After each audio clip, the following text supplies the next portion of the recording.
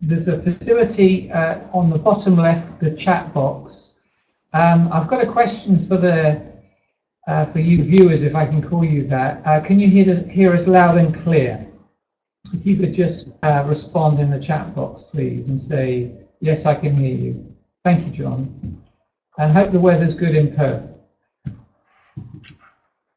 We'll wait just a minute or so, we've got 17 people booked into this.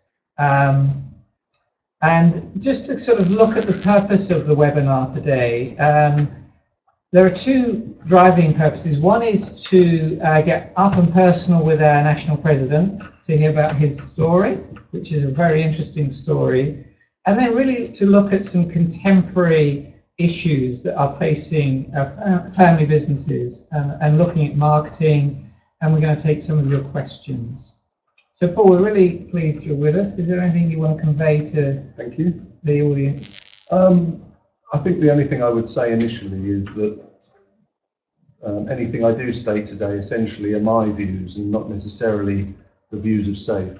I think that's probably important to state, because I have been known to be a little contradictory on occasions to the mainstream thought processes. So yeah, essentially just to advise that they are very much my views today, and for you to bear that in mind when listening and indeed asking any questions. Also, just in terms of we're going to run to 4 o'clock. The pattern is that we'll follow each slide and then take some questions at the conclusion of the slide, unless of course the questions are pertinent, which I'll keep my eye on to each point that Paul is talking about. So we'll just to recap, we'll run through each slide and then we can take a scattering of questions. Then I've got some questions I want to ask Paul, and we'll run through the session, so to keep it interactive and engaged. Okay, so we've got. Can I just check, is John the only one that can hear us, or can everybody else hear us? Because I'd hate for us just to be speaking to John.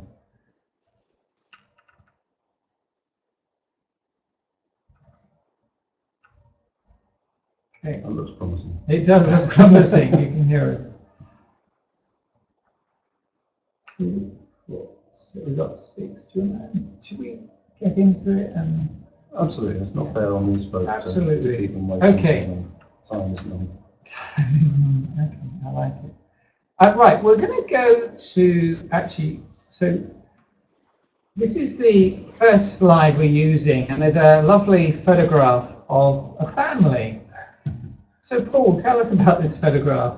Okay, this was, looking at it, it must have been taken in about 1968, and essentially this is my parents with myself and my 3 brothers and my sister.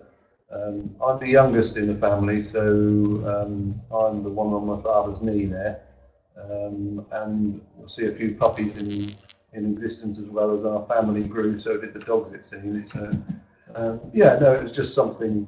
It's our family, and it's actually not this particular picture, but this picture's on our business website. We've got another picture very similar taken a year before on the wall in our reception, which is just sort of emphasising the family side of the business. Fantastic.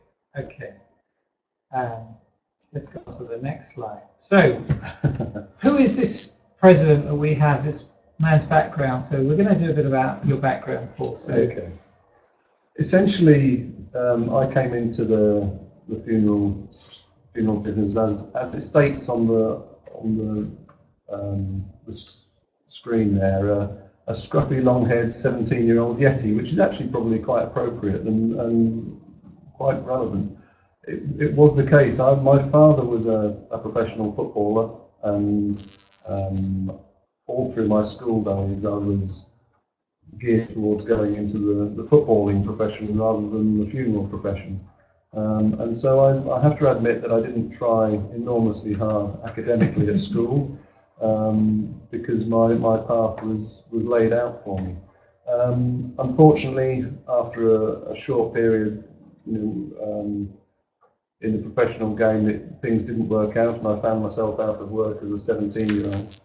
And I went into the local job centre in Norwich, and one of the very few jobs at that time, as it was a time when unemployment was rife, was for a trainee funeral operative. And I said to the folk, oh, that looks quite interesting. I was prepared to give anything a go at the time. And I was asked if I'd go along for the interview there and then. And literally, I was there in my jeans and t-shirt with hair down over my shoulders. And I said, I can't go like this, They said, well, the gentleman wants to see you this afternoon. So, and I was in the city, I had no time to get home, so I literally went along in my current state and apologised profusely for my appearance. And I must have said something right, because that afternoon I was given the job. But from there, I started literally digging graves. I used to get, in those days, after an initial period of training, I was literally left on my own in a churchyard before I could drive. They'd take me out and leave me in the churchyard with a trailer full of equipment and come and pick me up at 4 o'clock in the afternoon, whether I'd finished or not. Health and safety nowadays would see that in quite a different light, to say the least. But at that time, it was thoroughly enjoyable. I used to love going out, and a bit of hard labour didn't do me any harm.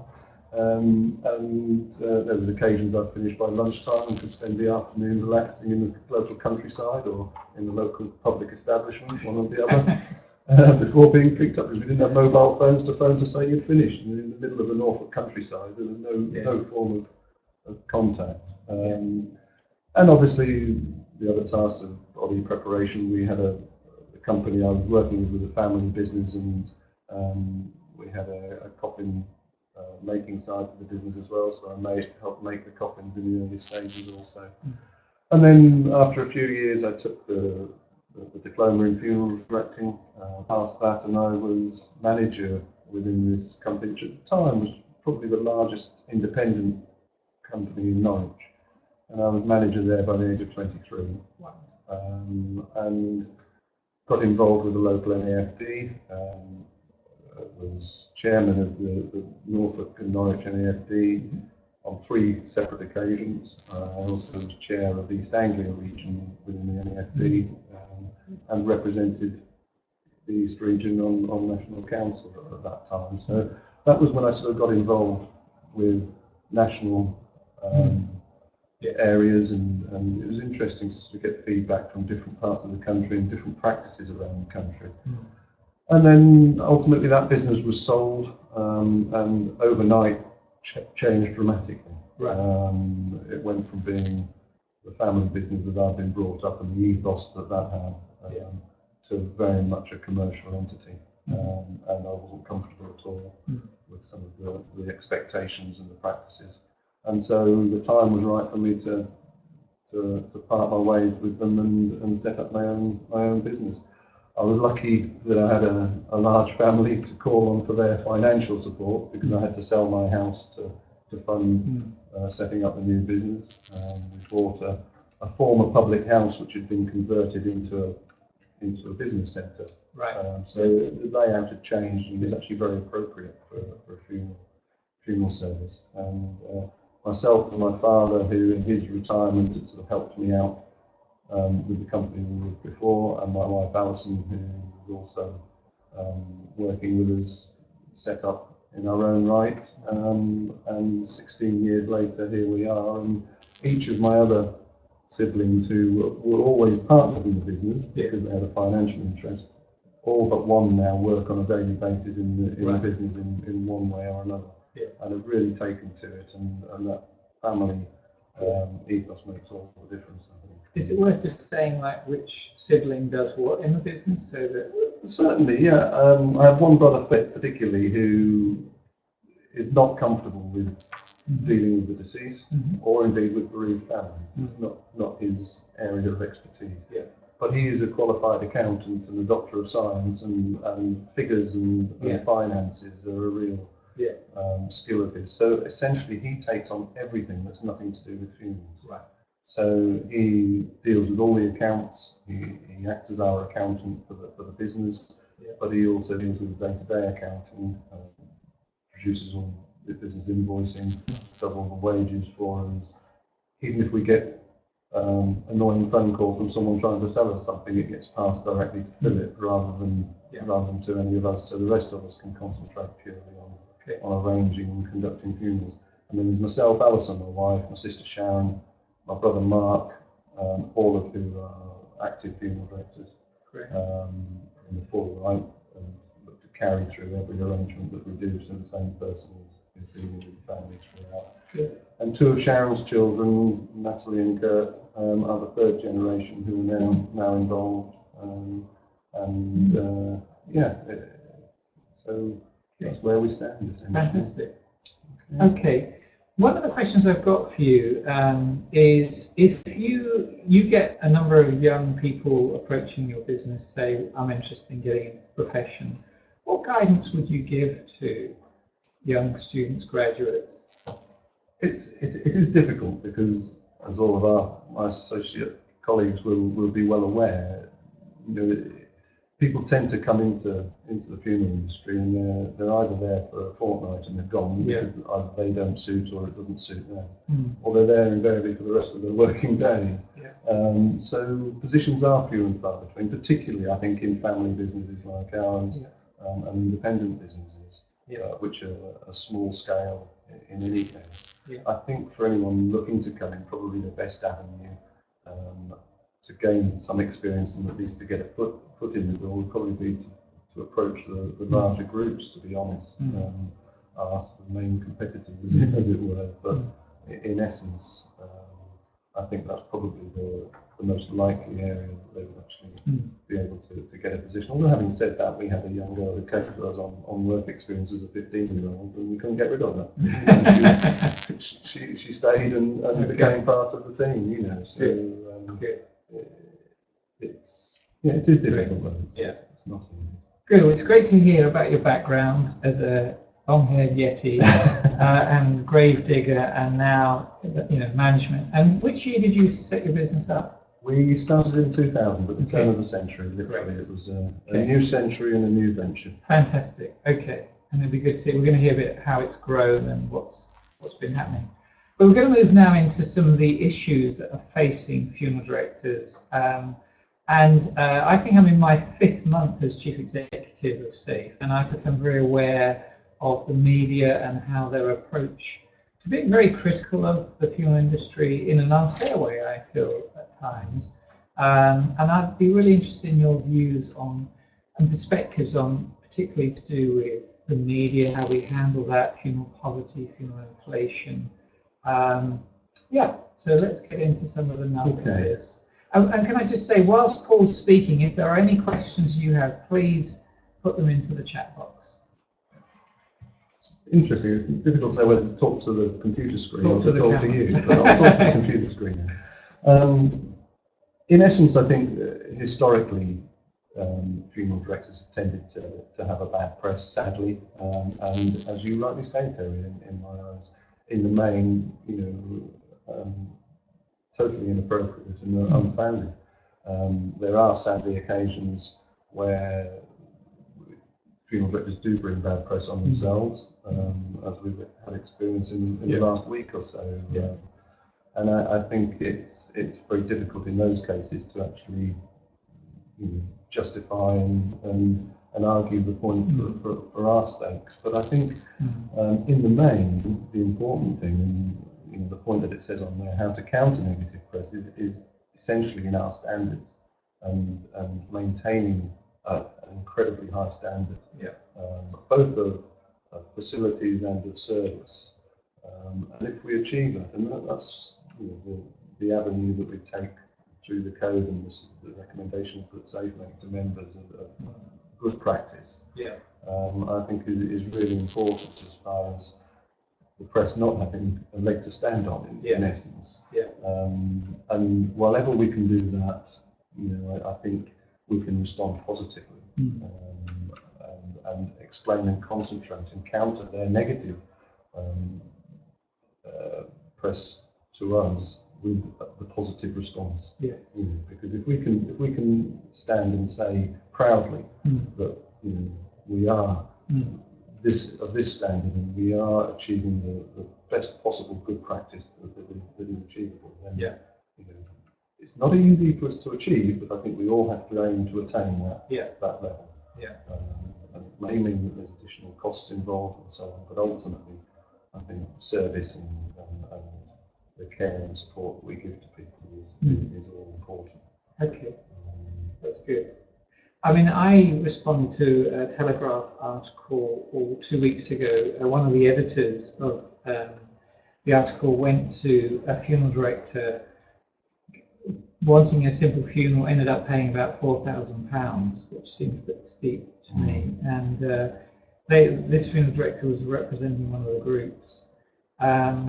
And so we were pointing out, you know, that part of our code of practice is you have to give a full schedule of what a simple funeral is. Talk to us about that in terms of price sensitivity and transparency. I think on the one hand, I mean, one of the things I'm always pleased when I'm doing radio interviews and so on, if they ask me, how do you justify the costs of a funeral, I actually can take that well on board and of course, explain quite clearly what the costs that are entailed. So it's not just our costs, and emphasising the fact that actually the vast increases in the main have been the likes of the crematorium and cemetery over the years. So from that point of view, you know, I think we can always be positive on that. And I think in the main, our membership, from my understanding, is that, you know, we haven't really increased, if above inflation, only marginally compared to the vast majority of the associated businesses.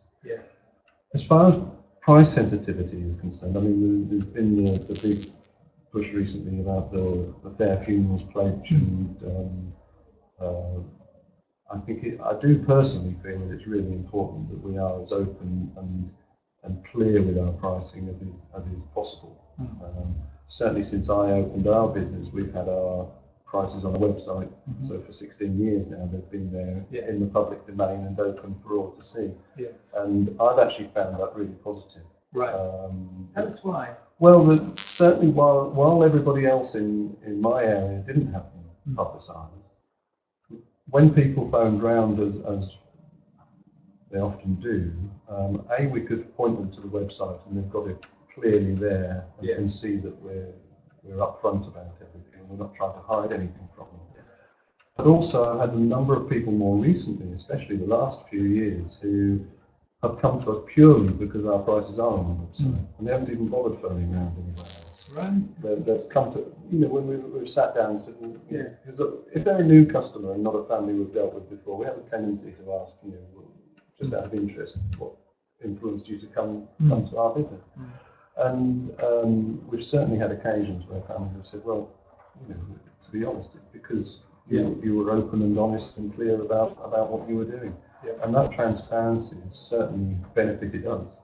And I've never been one for comparing prices with other funeral directors.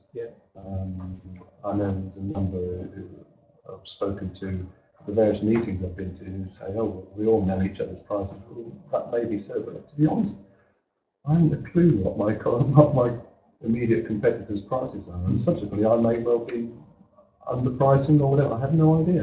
And to be honest, I don't care, because at the end of the day, my pricing is geared around our outgoings and what is profitable from our point of view, and offering fair and good service at the right price. If that turns out to be vastly different from my competitors, so be it. I don't really have an issue with that. But it's certainly benefited us from that point. I think there's far too many businesses who perhaps do take too much notice, and I think that's partly maybe where a lot of these price increases have come from, where folk have seen their competitors and they're charging me an extra £500-600 to me. I can put my prices up and achieve that end. For me, that's morally and inappropriately wrong. But that's mine. Which is it's a good view. I mean, it's interesting in terms of online pricing. Though the next generation from us are going to be a much more online generation, aren't they? Where they will go surfing on the internet, define prices, and then they'll pick up the phone. Yeah. I think the one area that I would be really concerned about coming into being is online arrangements. Yeah. Or online pricing and so on. I think is absolutely right to have it out there, and to be as clear and as open as possible. When it comes to filling in a form with your wishes, I think that's just going it's very personal. Way too far, because it is a really personal thing that we do with families as far as arrangements concerned. I can see there being that opportunity for people in the future. It's already happening now with prepaid funeral plans and so on, and that annoys me a little bit, to think that they can just go online and pick a plan. It's much better for them and for us as funeral directors if they actually sit down with us and talk about what they want, and then we can work out a price accordingly and approve it for them. Personalised. And personalised, absolutely. Okay.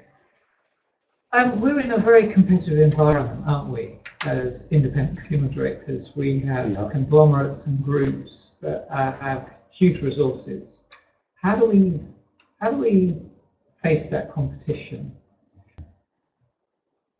I think ultimately, you're right. We do. I mean, and they're very aggressive in the media, we've seen TV adverts, and many of our members have TV adverts through Golden Charter and so on. And I'm not saying that that's wrong, but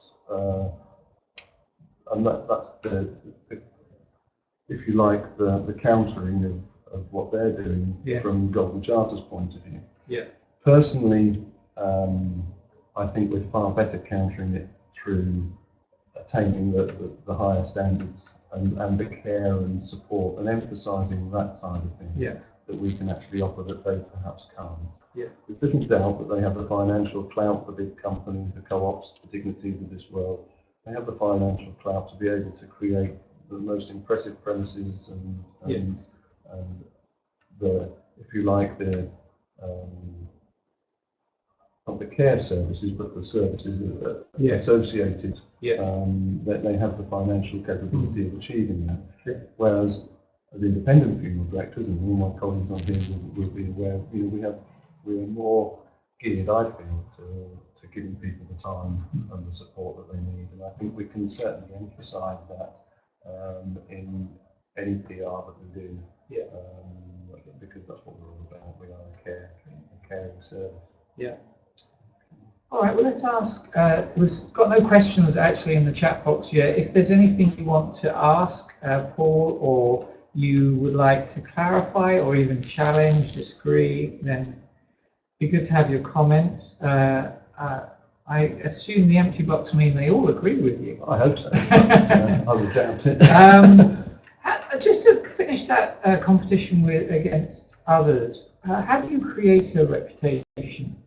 So this is going to link to our next slide, which is about advertising and promoting ourselves. So, how do we create this reputation? It's essentially what the public see, ultimately, and the relationships that we have with our clients. Because my experience is that the biggest and most appropriate form of advertising, which, as you say, will come on to the next slide, is very much word of mouth, recommendation. And that's because every funeral that we attend and that we serve a family on, there might be 2 or 3 people there, but likewise there might be 300 or 400 people attending.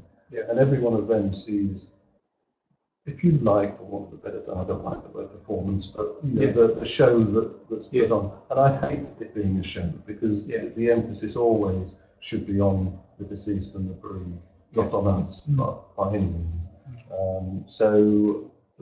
But it is evident that it's not just the families you deal with directly who get that very personal relationship with you, and that personal care and the support that you offer them. But all the associated friends and family actually see what's happening at the time, and a smooth funeral, with everything going perfectly. And it could be something as simple as polishing your shoes, making sure all the staff have got their shoes polished. A number of times I have people say to me, "I'm very impressed with your staff shoes." You know, they're highly, and you know, something as simple as that actually does make a difference, and does get noticed. You know, people do notice these things. So, you know, for me, it is down to relationships and you know, being impressive to the public in the main, rather than promoting in different ways. It was interesting. So in my visits, hearing about how staff can also leave a reputation in hospices and hospitals in terms of the way they will actually handle the deceased in a mortuary, in the transfer, and you know, just picking up that sort of information about how careful you know, funeral operatives are in those kind of things. I wrote about this in a couple of Safe Insights ago, because this was picking it up from various healthcare professionals.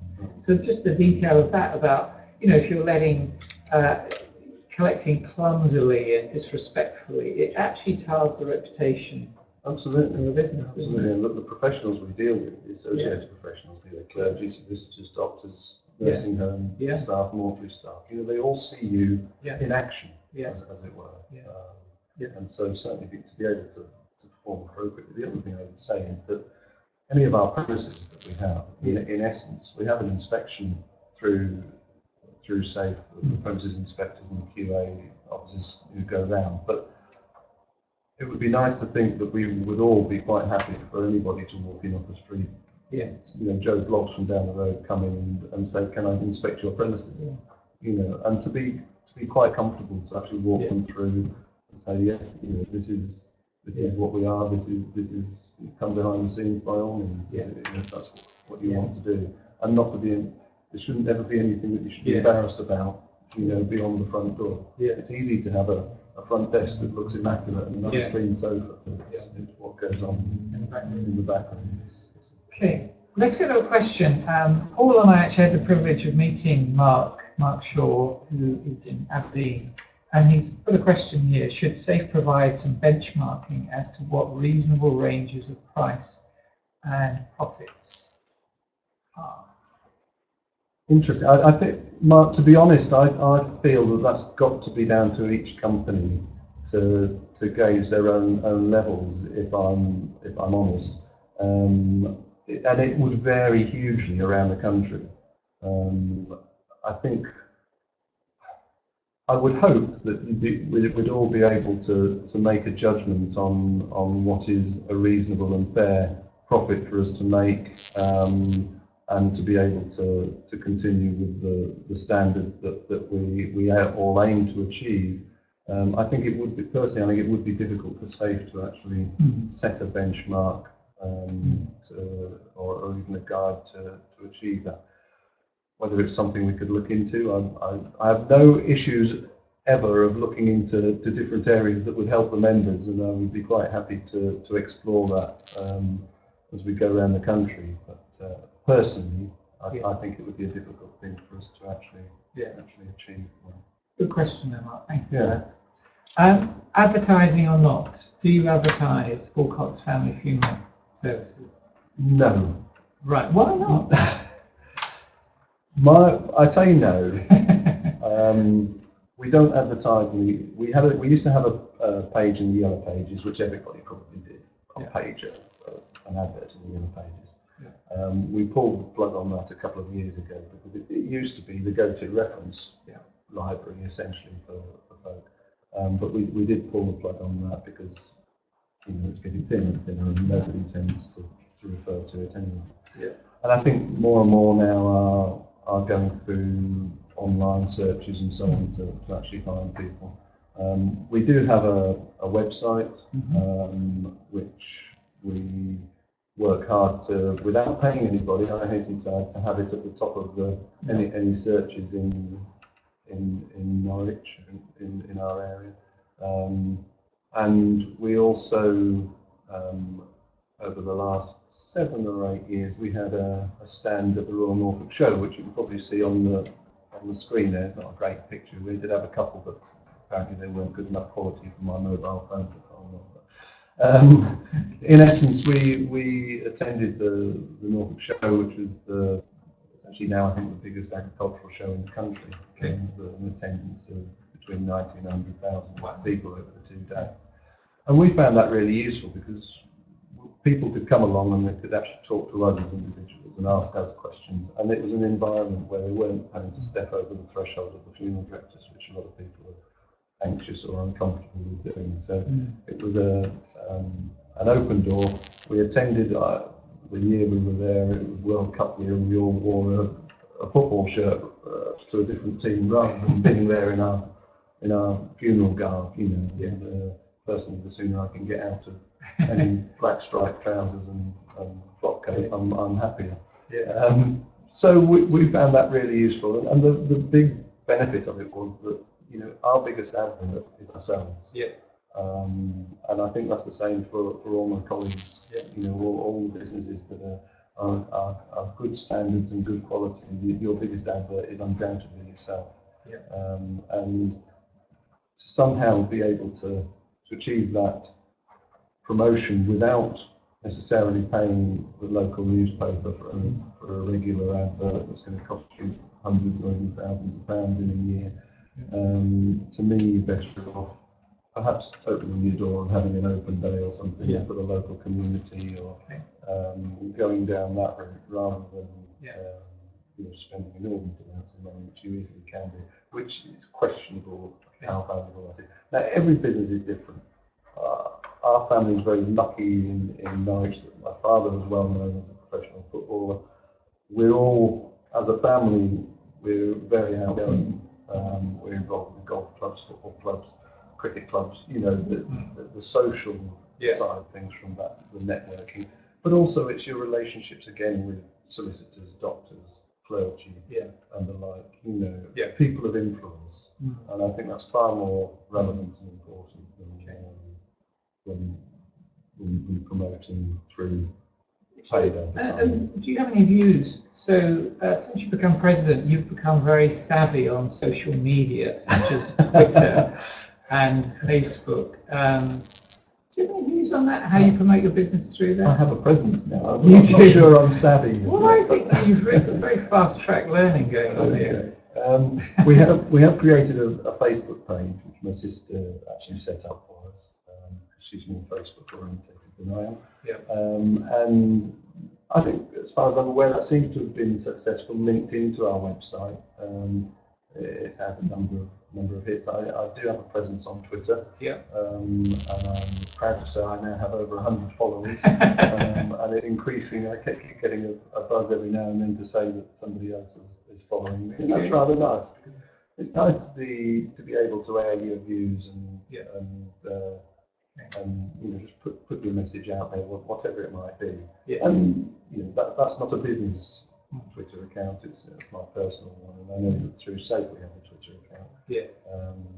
I'm yet to be completely convinced that Twitter is the best way to sort of market things, but social media could play a part in terms of obituaries, notices of funerals. I think it is more and more already, Yeah. certainly. I mean, we have a number of people who won't put a death notice in the local newspapers anymore.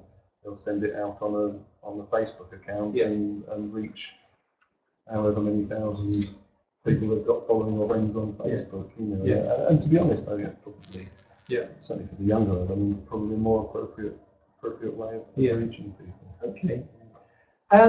Again, to our audience, please put any questions you want to ask Paul on this advertising question, as well as quality standards, price, advertising. I want to ask you a question, if I might. Can I just touch quickly on the advertising? I think the thing is, for new businesses, it's a completely different scenario.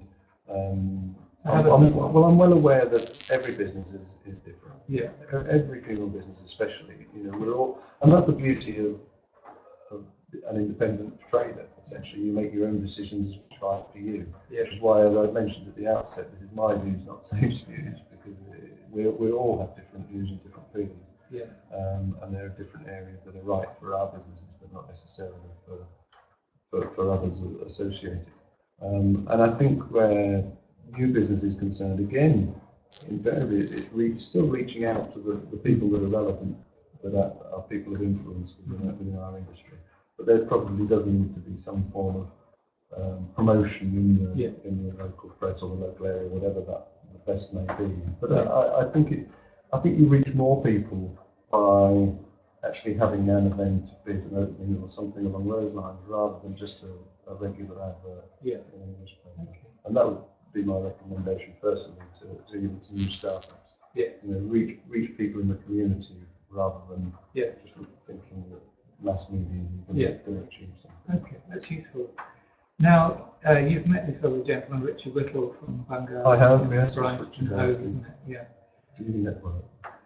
For example, Chamber of Commerce breakfasts, are they beneficial? Is that useful to belong to like Rotary or? It's a good question, Richard. I don't, mainly because I'm useless in the morning. That's true. Having a meeting at 7 o'clock in the morning or something like that seems to be the worst nightmare from my perspective, even if there's a big breakfast involved. I know there are folk who do attend these. I'm not a big fan of you scratch my back and I'll scratch yours scenario, which I have attended a couple of the breakfast meetings, and when I was under 40, I went to a few round table meetings and so on locally. But I've not been a big one for networking in associate. Most of the businesses that attend those, unless they were funeral orientated, it would be difficult to gauge what the worth of it is, because they're only going to put things your way when they have a loss or something along those. There probably is some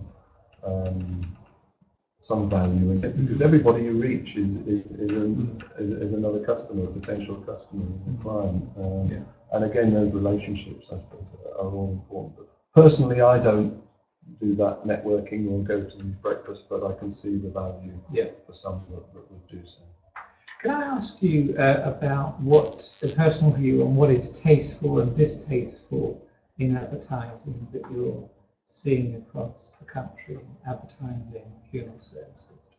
So, give me an example of distasteful as far as you're concerned. As far as I'm concerned, probably, I was approached once for one of these rolling screens in a doctor's surgery, for example.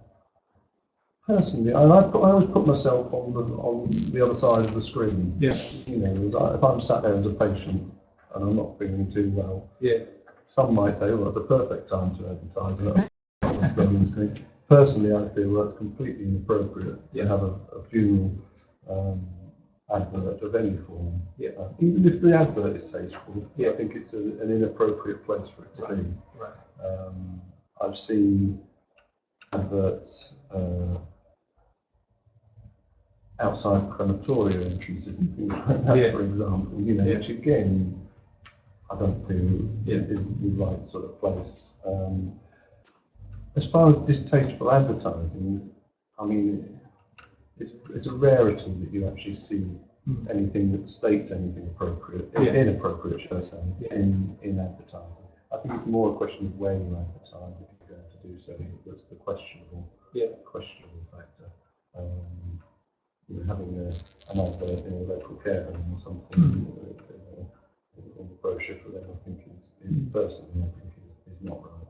So what is tasteful? What do you consider helpful?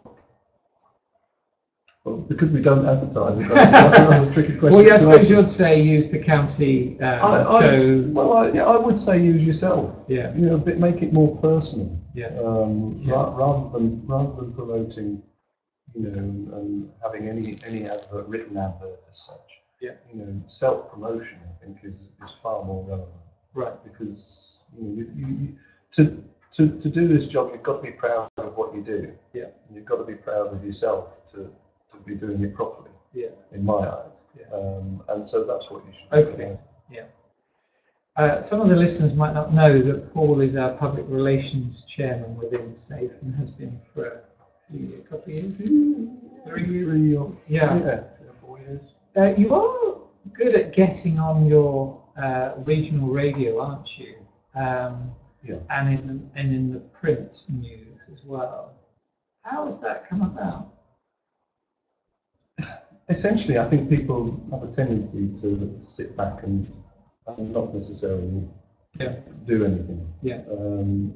If you make a phone call or send an email to your local radio station, if there's something that's of interest, they will pick up on it, particularly local radio. Right. And local newspapers, not so much the nationals, but local newspapers, if there's something that is relevant for you. Yeah. And I mean, this is where the beauty actually of Genesis, who've been hugely helpful in promoting different things for different members around the country. Yeah. And I would just say to everyone that's on here, it's well worth your while taking advantage of the opportunity that's there with Genesis, who for safe members are offering the first consultation in dealing with any advertising or promotion that you might have, free of charge. So Safe essentially are paying for that for you. Yeah. And it's a no-brainer. Yeah, this is one of the benefits. One of the benefits of Genesis PR. Absolutely. But I think it's just we all have such busy lives, and we the day-to-day running of our businesses is a challenge enough in itself. Yeah. So to then think, I need to do a bit of PR here or a bit of PR there. It's an effort to do so, but it tends to be often it's reactive rather than proactive as well. Yeah. Often in the media we have a tendency, as funeral directors especially, to react to things that have happened rather than to actually be proactive, which is why invariably we get bad press rather than positive press. Yeah. And so I think we need to just be a bit more proactive and put ourselves out there.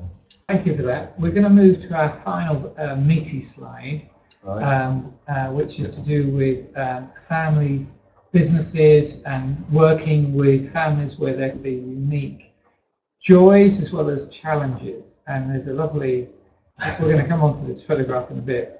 Okay. So, you have quite a lot of family in your business. We do. Tell me about the joys of that first. It is a joy. No, it really is a joy. I mean, we are a really close family. Yeah. So that's a huge benefit. Yeah. I mean, that helps enormously. And we are never happier, whether it's at work or out of work, than when we're all together. And you did tell me once, like for coffee breaks or lunch. Yeah. What do you do as a business? We all sit down together with our staff as well. Yeah. We have a room that's alongside the reception essentially. Yeah. And we all sit down. We all have lunch together. We'll only one of us, whoever's nearest the door, essentially will get up and answer it. But we've got 2 full-time staff outside of the family, plus 4 part-time driver bearers, and they all come in. We all have lunch together. None of us them alone. Yeah. We all sit down and we all have a chat and a laugh and enjoy our time together. Okay. And I think that's really important actually in the middle of the day. Yeah. To just have a break. And, it's not always possible that we can do it together. There might be 2 or 3 shifts within that. Yeah. But ultimately, if we're all there and it's quiet, we all sit down and we all have lunch together. But I think that I was once asked to speak at a family business seminar, and it was local businesses in Norfolk, and there were some quite big companies, local store that was open, and local garage, which is the main dealer for 1 or 2 cars. And so there was a quite big company there. And the emphasis was very much on the business. I was speaking in the afternoon. I made various copious amounts of notes, but I sat through the lectures in the morning and ripped my notes up at lunchtime because they were all saying that the business is all important, and essentially brother or sister or whoever it wasn't quite up to the standards that we felt were appropriate. So we had to get. They had to leave the business, and there was a bit of a falling out in the family, but that was okay because the business continued. Yeah. And I'm thinking, how on earth can you put any business before the family? Yeah. And that is undoubtedly the strength of our business. Yeah. Is the strength of the family dynamic. And And I know, I accept wholeheartedly, not every family is as fortunate as we are. There are difficulties in families. But if you put the family first and you have the strength of the family, and that can be the same for any independent business. Take the word family out of it. Yeah. An independent business, you have the capability of creating a really close-knit community within your business. Yeah. If you do that, then your business will flourish. Absolutely, because everybody's watching each other's backs. Yeah. We're all getting older in our family, and I'm approaching 50. The rest of them, sorry if you're listening, they're all over 50. So we forget things. Yeah. We're all human. We forget things, and it's frequent that I'm out, and I'm surprised if they put a comment up there saying you're the worst, and I very often am. Because there's a lot of things going on. Sure. But I know for a fact that if I've forgotten something, someone else will have checked behind my back and will have picked up on it, and it'll be put right before I'm even aware that I've forgotten about it. Because they all care about what's happening in their reputation. And I think that's hugely important. That's great to hear. Put the family first, or your staff first. That strength of community makes a huge difference to the business. Yeah. Do you have any guidance for how you get there in terms of if it is not a family, or if you've been in a family where there are tensions? What are the ways forward through that? I think you've got to be fairly open-minded, not feel that you're always right. Yeah. Because I'm well aware that I'm often wrong. Right. And be open to any suggestions that family or staff or whoever it may be put forward. And respect, I think, is half the battle. Respect people that are around you. Yeah. And you'll gain respect yourself. Yeah. I think if you are harsh and hard-nosed to what they're doing and dictatorial or whatever, and give them some rein. Yeah. Give them some rein to actually achieve for themselves. Okay. I think that's really beneficial. Okay. And I learn a lot from the rest of them. I've been there the longest. They're still coming up with things that I think are far more appropriate. Yeah. And I think that's actually one thing when you talked earlier about people coming into the business. I've actually personally, again, me speaking, personally, be far more interested in someone coming into the business with experience from other areas than someone who's only ever been involved in funeral. Sure. Adds another dimension.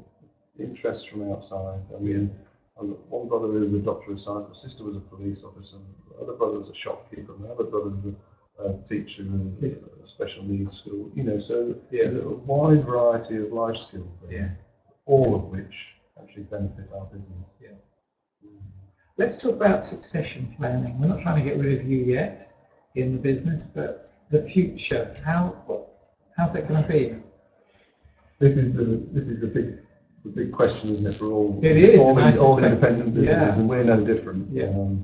We're probably quite fortunate that we have bred quite well enough, and there's quite a lot of the next generation. But at the moment, there's only 2 of them that have expressed an interest in coming on board, and they may well go on a different route in due course. So it is an ongoing difficult thing, and sadly, that's why an awful lot of businesses have been sold to the larger groups and so on. And that is a great sadness. Yeah. We have, I mean, my idea, and I think a lot of it is trust again, and trusting other people to actually run your business for you when necessary. Yeah. My hope is that I can retire but still gain an income from the business that I created. Yeah. And I think that's the same for the rest of my family, rather than just selling it on. Yeah. Be that through family or through staff that have come on and been trained and have shown the capability to take it that next step. Yeah. But you have to have trust in people who can trust around you. Yeah. But to trust others, you have to gain their trust in the first instance as well. So it's a two-way cycle. I think that's the difficult thing to actually achieve. Yeah. I don't have a magic wand, unfortunately. Yeah. I would love to be able to say that I had the answer for all independent and family businesses to be able to go on and flourish and keep going for the hundreds of. And there are some fantastic examples of family businesses in the funeral industry that have been going for hundreds of years and are still flourishing today. And that I really put my hat off to. I've only been going 16 years with my family. Yes, our business has gone very well, but those that have managed to keep that going for almost eternity is a remarkable achievement. Okay, we're drawing to a close now, and whilst Paul and I speak about just a couple of final things, one is to do with this photograph, and then the other is to do with the next webinar. Please, if you've got any final questions for Paul, you've got the next few minutes just to put those in, and please feel free to put any questions you want. Of course, if there's any super controversial, I'm going to take those. Yeah. But tell us about this photograph here on this slide. What are you doing? It's a new way of funeral directing. Absolutely. I hope that each of you may have heard or have seen through Safe Insight or on the Safe website that myself and my wife Alice and sister Sharon, brother Philip and brother Mark, sounds like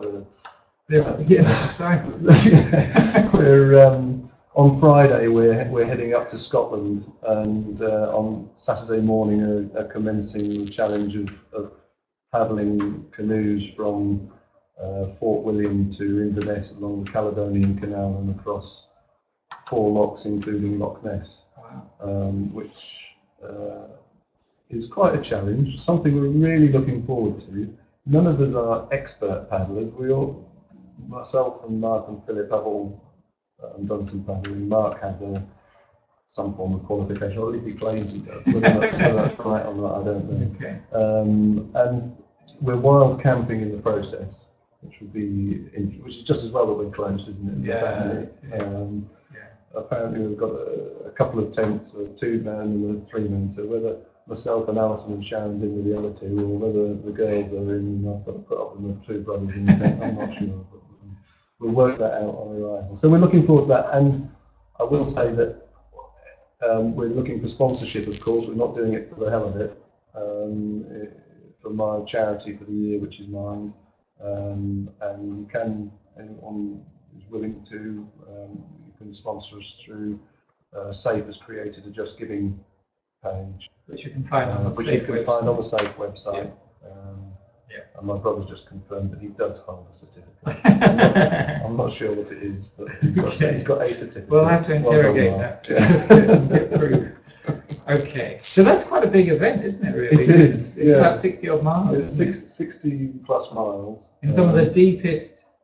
Well, Loch Ness, as I understand, has more water contained in Loch Ness than all the other lakes and lochs of the UK put together. Yeah, and you can swim. You can swim. Yes, okay. You can swim, but apparently the water temperature in the loch is about 4 degrees year round. Wow. So it's quite chilly if we go in. That's cool. So we don't intend to go in if we can avoid it. Yeah. Right. And if we don't make it, we don't make it. We're not stupid enough to put our lives at risk, but hope the weather will hold and we'll enjoy it rather than 25-metre swim no more. There we are. Well, that's encouraging. He can look after you then. Okay. Well, thank you for that. Just a pointer for those who are listening. The next webinar is Wednesday, the 14th of September at 3 o'clock. We've got John Helps of Skingles, who is Safe's treasurer. He's an accountant, and he's going to be talking about managing finances, VAT, and in particular pension auto-enrollment, which is, there are various staging dates. Some of you may already have had yours, but 2017 is quite a year up for some of them. So if you want to participate in that, please, you'll get a sign-up email as you did for this one. So that's on the 14th, 3 o'clock, 14th September with John Helps. I just want to close really with saying huge thanks to Paul for not just today actually, but for Paul actually and his family who are kind of covering the gaps back in Norwich for the business.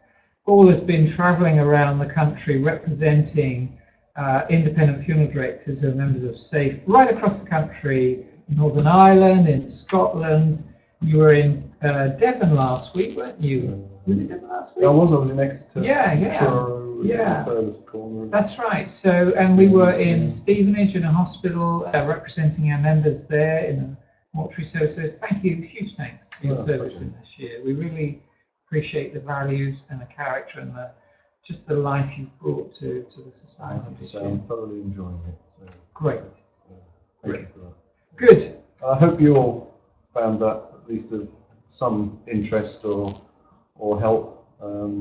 If not, sorry I've wasted your time. But it was purely just exploring my views in essence, and hopefully sharing some of those with you will help you in some way of moving forward. And I would just say, if anyone that has listened wants to forward any questions subsequent to this, then you're more than welcome to do so. I'm happy. I am an open book, and I'm happy to answer any questions, apart from within my office. You lot just have to put up with me.